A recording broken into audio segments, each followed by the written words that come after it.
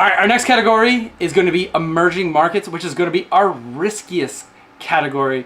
These are companies that are domiciled in countries that are developing, but the economics and where they are as a country, they're just not fully developed. Their marketplace is not established like a United States or a United Kingdom.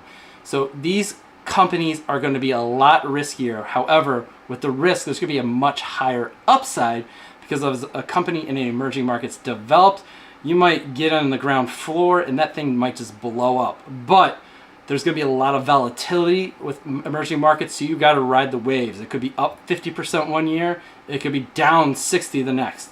There is a lot of volatility with emerging markets. However, it's not a bad idea to have a exposure to emerging markets. Now, you guys look at where you are in your life. Are you close to retirement? Are you not close to retirement? Because if you're close to retirement, you might want to just skip emerging markets. However, if you're like 25, that might not be a bad idea to have like a 10 or 15% allocation to emerging markets.